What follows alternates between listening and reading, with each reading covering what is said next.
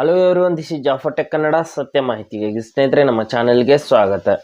ಸ್ನೇಹಿತರೆ, ಇವತ್ತು ನಾವು ಫ್ಲಿಪ್ಕಾರ್ಟ್ನಲ್ಲಿ ಒಂದು ನಮ್ಮ ಅಕೌಂಟಿಂದ ಏನಾದರೂ ನಾವು ಬುಕ್ಕಿಂಗ್ ಮಾಡ್ತಾ ಇದ್ದೀವಿ ಅಂದರೆ ಬೇರೆಯವರ ನಂಬರ್ಗೆ ಅಥವಾ ಬೇರೆಯವರ ಒಂದು ಅಡ್ರೆಸ್ಗೆ ನಾವು ಯಾವ ರೀತಿ ಬುಕ್ಕಿಂಗ್ ಮಾಡೋದು ಅಂತ ಚರ್ಚೆ ಮಾಡೋಣ. ಫ್ಲಿಪ್ಕಾರ್ಟ್ ಆ್ಯಪ್ ಮೂಲಕ ನಮ್ಮ ಅಕೌಂಟಿಂದ ನಾವು ಬೇರೆಯವರ ಫೋನ್ ನಂಬರ್ಗೆ ಅಥವಾ ಬೇರೆಯವರ ಒಂದು ಡೆಲಿವರಿ ಅಡ್ರೆಸ್ಗೆ ನಾವು ಯಾವ ರೀತಿ ಬುಕ್ಕಿಂಗ್ ಮಾಡ್ಬೋದು, ಅಥವಾ ಬೇರೆ ಸ್ಥಳದಲ್ಲಿ ಬೇರೆ ಊರಲ್ಲಿ ಇರೋರಿಗೆ ನಾವು ನಮ್ಮ ಅಕೌಂಟ್ನಿಂದ ಯಾವ ರೀತಿ ಬುಕ್ಕಿಂಗ್ ಮಾಡ್ಬೋದು ಅಂತ ನಾನು ಸಂಪೂರ್ಣವಾಗಿ ಇವತ್ತು ಹೇಳ್ತೀನಿ.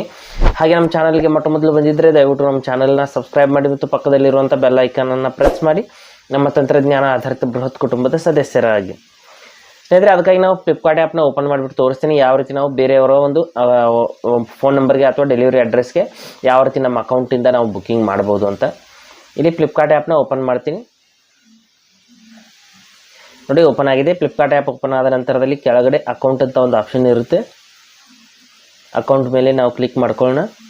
ಮಾಡಿದ ನಂತರದಲ್ಲಿ ಈ ರೀತಿ ಒಂದು ಡ್ಯಾಶ್ ಬೋರ್ಡ್ ಓಪನ್ ಆಗಿದೆ. ಇಲ್ಲಿ ಸ್ವಲ್ಪ ಕೆಳಗಡೆ ಬಂದ್ಬಿಟ್ಟು ಇಲ್ಲಿ ಸೇವ್ಡ್ ಅಡ್ರೆಸ್ಸಸ್ ಅಂತ ಒಂದು ಆಪ್ಷನ್ ಇರುತ್ತೆ. ಸೇವ್ಡ್ ಅಡ್ರೆಸ್ಸಸ್ ಅಂತ ಅದ್ರ ಮೇಲೆ ಕ್ಲಿಕ್ ಮಾಡ್ಕೊಳ್ಳಿ. ಸೇವ್ಡ್ ಅಡ್ರೆಸ್ ಮೇಲೆ ಕ್ಲಿಕ್ ಮಾಡಿದ ನಂತರದಲ್ಲಿ ನಾವು ಸೇವ್ ಮಾಡಿರುವಂಥ ಎಲ್ಲ ವಿಳಾಸಗಳು ಇಲ್ಲಿ ನೋಡೋದಕ್ಕೆ ಸಿಗುತ್ತೆ. ಇಲ್ಲಿ ನೋಡ್ಬೋದು. ಇಲ್ಲಿ ಯಾವುದಾದ್ರೂ ಫೋನ್ ನಂಬರ್ ಮಾತ್ರ ನೀವು ಚೇಂಜ್ ಮಾಡ್ತಾ ಇದ್ರೆ ಈ ಕಡೆಗೆ 3 ಡಾಟ್ಸ್ ಇರುತ್ತೆ. ಈ ಒಂದು ಅಡ್ರೆಸ್ ಮುಂದೆ ಯಾವುದಾದ್ರೂ ಒಂದು ಅಡ್ರೆಸ್ ಮುಂದೆ ಇಲ್ಲಿ ಎಡಿಟ್ ಮೇಲೆ ಕ್ಲಿಕ್ ಮಾಡ್ಕೊಳ್ಳಿ. 3 ಡಾಟ್ಸ್ ಮೇಲೆ ಕ್ಲಿಕ್ ಮಾಡಿಬಿಟ್ಟು ಎಡಿಟ್ ಮೇಲೆ ಕ್ಲಿಕ್ ಮಾಡ್ಕೊಳ್ಳಿ. ಮಾಡಿಬಿಟ್ಟು ನೀವು ಅಲ್ಲಿ ಫೋನ್ ನಂಬರ್ನ ಚೇಂಜ್ ಮಾಡ್ಕೋಬೋದು, ಅಥವಾ ಏನಾದರೂ ನೀವು ಅದೇ ವಿಳಾಸದಲ್ಲಿ ಏನಾದರೂ ಚೇಂಜಸ್ ಮಾಡ್ಕೊಳ್ತಿದ್ರೆ ಮಾಡ್ಕೋಬಹುದು.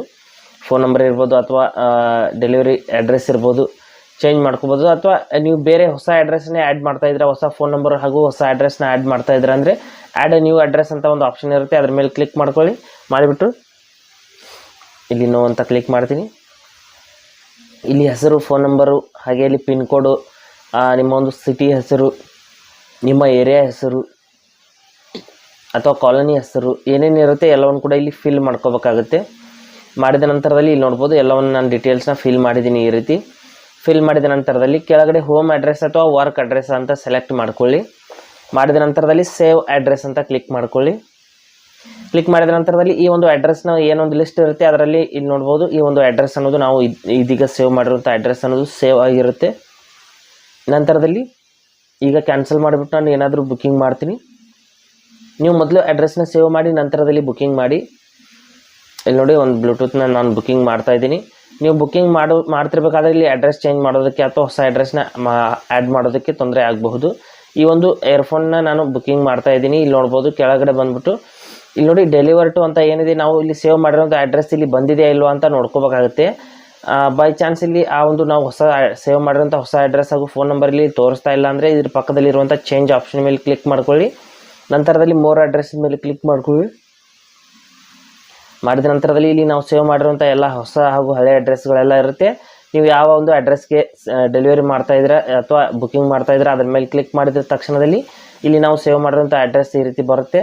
ನಂತರದಲ್ಲಿ ಇಲ್ಲಿ ಬೈ ನೌ ಮೇಲೆ ಕ್ಲಿಕ್ ಮಾಡಿಬಿಟ್ಟು ನೀವು ಯಾವುದೇ ಪ್ರಾಡಕ್ಟ್ನ ಬೈ ಮಾಡ್ಕೋಬಹುದು.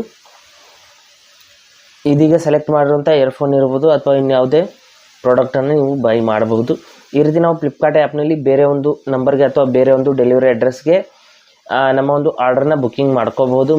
ಬೇರೆಯವ್ರಿಗೆ ಇರ್ಬೋದು ಅಥವಾ ನಮ್ಮದೇ ಆದಂಥ ಬೇರೆ ಒಂದು ಪ್ಲೇಸ್ನಲ್ಲಿ ಅಥವಾ ಬೇರೆ ಫೋನ್ ನಂಬರ್ಗೆ ಬುಕ್ಕಿಂಗ್ನ ನಾವು ಮಾಡ್ಕೋಬಹುದು. ಹಾಗೆ ಸ್ನೇಹಿತರೆ, ಕೊಟ್ಟಿರೋ ಮಾಹಿತಿ ಸಂಪೂರ್ಣ ಮತ್ತು ನಿರೂಪಣೆ ಮಾಡಿದ ಶೈಲಿ ಉತ್ತಮ ಅಂತ ಅನಿಸಿದರೆ ವಿಡಿಯೋನ ಲೈಕ್ ಮಾಡಿ ಮತ್ತು ನಿಮ್ಮ ಸ್ನೇಹಿತರಿಗೂ ಕೂಡ ಶೇರ್ ಮಾಡಿ. ಹಾಗೆ ಅದ್ರ ಬಗ್ಗೆ ಸಮಸ್ಯೆಗಳು, ಡೌಟ್ಗಳಿದ್ದರೆ ಕಮೆಂಟಲ್ಲಿ ಅವಶ್ಯವಾಗಿ ತಿಳಿಸಿ. ಮುಂದೆ ವಿಡಿಯೋದಲ್ಲಿ ಮತ್ತೊಂದು ಹೊಸ ವಿಷಯದೊಂದಿಗೆ ಇದೇ ರೀತಿ ನಿಮ್ಮ ಮುಂದೆ ಬರ್ತೀವಿ. ಎಲ್ಲಿವರೆಗೂ ಟೇಕ್ ಕೇರ್.